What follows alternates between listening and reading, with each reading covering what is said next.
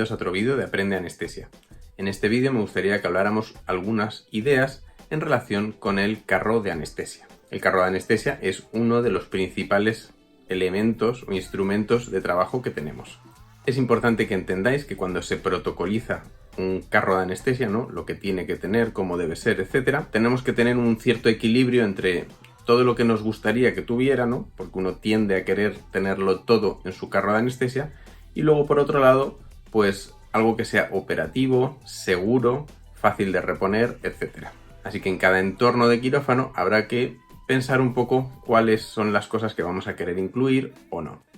Una de las primeras cosas que vamos a mencionar tiene que ver con la superficie de trabajo, ¿verdad? Normalmente los carros de anestesia van a tener una superficie donde vamos a trabajar, donde vamos a dejar nuestras cosas, donde vamos a cargar nuestra medicación, etcétera. Esta superficie de trabajo, que normalmente se lava y se desinfecta pues de una jornada a otra o de un turno para otro, ¿vale? Normalmente no es raro que pongamos algún empapador o algún paño verde, ¿no?, sobre el cual vamos a trabajar.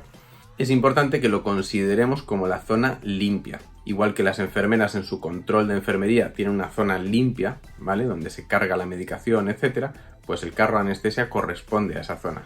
Una zona limpia, entonces siempre nos lavaremos las manos antes de trabajar, ¿vale? Y no vamos a llevar a esa zona y dejar en esa zona pues elementos contaminados como podría ser pues el laringoscopio que acabas de usar. Dentro de este ítem de limpieza os recuerdo que mi recomendación es que tengáis siempre el alcohol gel justo en el medio del carro de anestesia, ¿vale? Justo delante de donde vosotros os vais a plantar para trabajar. De manera que siempre vais a tener el alcohol gel delante vuestro y no se os va a olvidar lavaros las manos cada vez que vayáis a interactuar con el carro. O cada vez que terminéis de hacer algún procedimiento o alguna cosa, os quitaréis los guantes, pasaréis por el carro y pum pum, me lavo. Es importante que mantengamos un orden en nuestra zona de trabajo. Ya hemos comentado en algún otro vídeo cómo podemos disponer nuestros fármacos y nuestras bateas de manera de tratar de seguir un orden, ¿no?, algo que sea más o menos estándar y que minimice la posibilidad de errores. Nosotros actualmente tenemos protocolizado usar dos bateas, ¿verdad? Una con fármacos de emergencia, como podría ser pues la atropina, la succinilcolina y quizás una jeringa de propofol, y esa batea iría al fondo del carro, al fondo de la superficie de trabajo. Y en una batea más próxima a ti, pues te dejarías los fármacos pues como el fentanilo o el relajante que vas a usar para intubarle, etcétera. La batea de trabajo, vamos a decir. Es importante que en estas bateas también vamos a dejar recogido las distintas ampollas. Por ejemplo, si hemos cargado nuestra jeringa de succinilcolina pero queda la ampolla y no la hemos tirado, pues esa ampolla, en vez de que quede por ahí suelta en la superficie de trabajo, esa ampolla va a quedar recogida en la batea de emergencia. Y lo mismo pues para las diversas ampollas, si es que no las vamos a descartar, que queramos guardar, ¿vale? Van a quedar en la batea de trabajo. Existen momentos durante la jornada de trabajo en que podemos estar más exigidos, en que hay que cargar cosas más rápidamente, o si hay una complicación a veces, ¿no?, y tienes que cargar mucha medicación rápido. Bueno, pues probablemente en ese momento no vamos a ser tan pulcros de tirar todos los papeles o de eliminar todas las agujas, etcétera, y vamos a querer cargar todo rápido. Pero una vez que esa fase de alta carga termina y controlamos la situación y volvemos a nuestro carro, deberíamos volver a hacer un poquito de orden, tirar todos los plásticos, todos los papelitos, ordenar nuestras agujas, tapar nuestras jeringas, ¿no?, y volver a una situación de orden y control. En cuanto a la protocolización de los carros, ¿no?, y sobre todo en relación con la medicación, que tanto en medicina en general, la administración de fármacos es uno de los ítems principales en cuanto a errores médicos, en anestesia es igual. La mayoría de errores van a tener que ver mucho con fármacos. Cómo protocolizamos lo que vamos a tener en nuestro carro de anestesia tiene mucha importancia, muchas posibles consecuencias. Por eso es importante que sepáis un poco cómo debemos pensar en protocolizar un carro de anestesia. Bien, lo primero es que tenemos que tratar de seguir a la señora esta Marie Kondo, ¿no? O sea, tratar de ser más o menos minimalistas. Nos gustaría tener de todo, por si acaso hace falta, pero es mucho más seguro que tengamos el mínimo imprescindible de fármacos en nuestro carro de anestesia. Entonces tenemos que hacer una selección de los fármacos de emergencia que queremos tener, que nos parecen imprescindibles de tener en el carro, y luego los fármacos que usemos habitualmente, rutinariamente. Todo lo demás que no entre en esa categoría lo deberíamos sacar del carro. Y se saca a una farmacia de quirófano, donde siempre vas a poder ir a buscar pues el fármaco. Imagínate que quieres poner calcio, bueno, pues ese calcio no lo guardamos en el carro, sino que va a estar ahí guardado, porque no pones calcio todos los días. Es importante entender que en anestesia usamos muchos de los fármacos denominados de alta peligrosidad. Estos son los fármacos, pues los vasoactivos, los relajantes musculares, los inductores, los antiarrítmicos, los anticoagulantes, la heparina, etcétera, ¿no? Por lo tanto, nuestro carro va a estar cargado de estos fármacos. Y por eso es importante que tratemos de minimizar la cantidad de estos fármacos que manejamos rutinariamente en el día a día en nuestro carro. ¿Cuáles de estos fármacos podemos sacar? Pues va a depender mucho del entorno en el que trabajemos.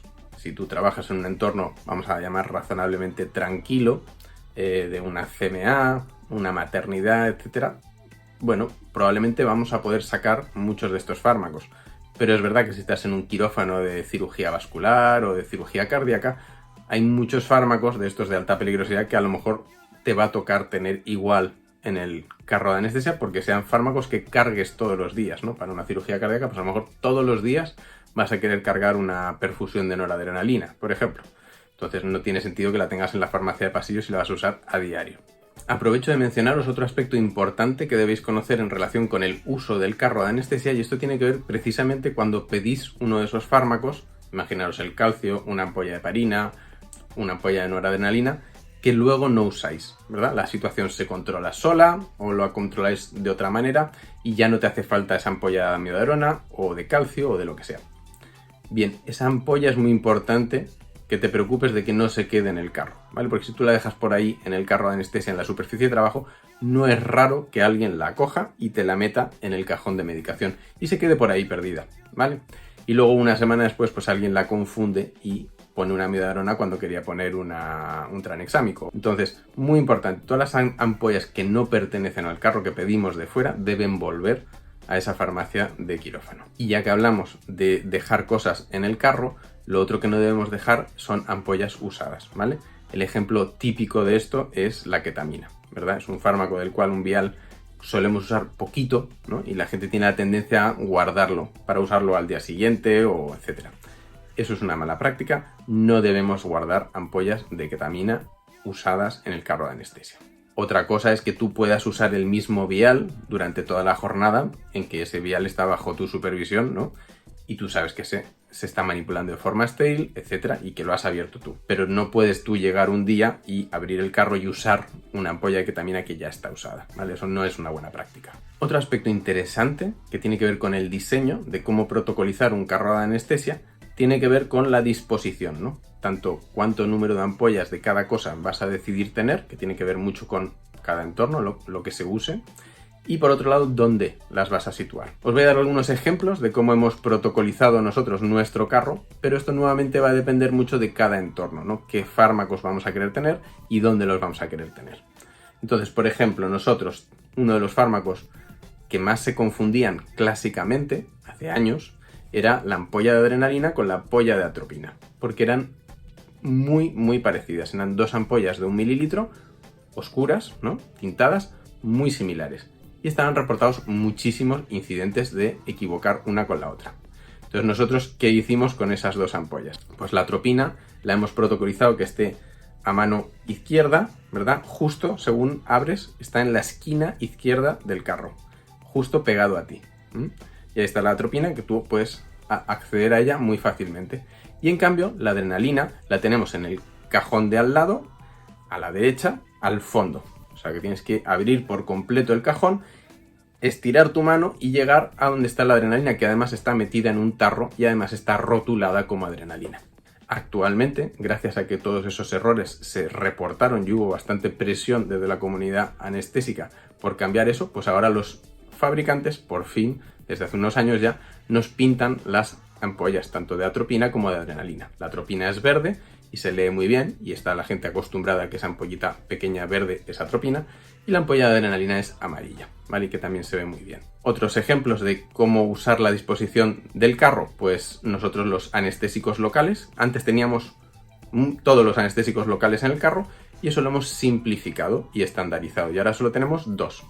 Tenemos la ampolla de levobupivacaína del 0,5 y la ampolla de lidocaína al 2%. Si tú en algún momento necesitas hacer otro bloqueo especial con otro anestésico local, lo tienes que ir a buscar a la farmacia del pasillo. Y están puestos al final del carro, ¿vale? En el cajón derecho, al final. Nuevamente tienes que abrir a tope el cajón, estirar tu mano si quieres coger un anestésico local. O sea que no es fácil abrir el carro y por error sacar un anestésico local. Como os decía, todas estas cosas se tienen que protocolizar acorde con el uso y el entorno en el que estás. Por ejemplo, nosotros, pues tenemos protocolizado muy poco midazolam en nuestro carro de anestesia. Tenemos protocolizado, me parece, 1 o 2 ampollas al fondo. ¿Por qué? Pues porque en un centro pediátrico la mayor parte de los niños no traen una vía, con lo cual no les puedes premedicar por vía intravenosa, y les dormimos a la mayoría con gas. Por lo tanto, usamos midazolam poco, muy poco.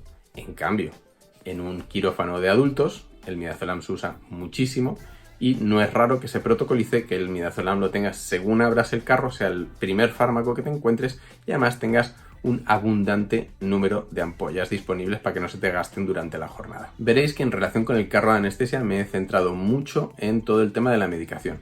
Y esto es por la importancia en cuanto a seguridad del paciente, ¿no? La mayoría de errores tienen que ver con errores de medicación. No hay tanto error de que quería sacar una mascarilla del 3 y saqué una del 4, o no quedaban mascarillas del 3 y quería una del 4. No suele implicar una morbilidad o una mortalidad a los pacientes. Por eso no me he centrado mucho en eso. En todo caso, a la hora de protocolizar todo el resto del material que va en los otros cajones, nuevamente el enfoque maricondo es lo que deberíamos hacer, ¿vale? Pensar muy bien qué es lo que se usa realmente a diario y todo lo que sea más excepcional, que no se use, etcétera, sacarlo. Va a ser mucho más fácil de reponer, va a ser más fácil que siempre esté lleno lo que tú quieres tener y no que haya tantas cosas que cueste ver lo que falta y no te lo repongan. Se me ha olvidado deciros un par de cositas. La primera tiene que ver con las ampollas de medicación. Lo ideal es que las guardemos en su blister dentro del carro, ¿vale? Esto hace que sean mucho más fáciles de identificar, ¿vale? Y que no estén por ahí rodando y perdidas. Lo segundo es que cuando terminéis la jornada de trabajo, es un muy buen hábito que os tenéis que hacer, recoger todo, ¿vale? Tiráis todas las ampollas a la basura, tiráis las agujas al cortopunzante, ¿vale? Y recogéis vuestra zona de trabajo. Bueno, pues ahí lo tenéis, algunas pocas ideas para que conozcáis un poco mejor pues cómo funcionan los carros de anestesia, cómo se deberían protocolizar y cómo podéis hacer un mejor uso del mismo. Muchas gracias por haber visto el vídeo. Si os ha gustado, pues darle al like para que le llegue a más gente. Suscribiros al canal si queréis ver más vídeos como este sobre anestesia y seguridad en el quirófano y os veo en el siguiente. Hasta pronto.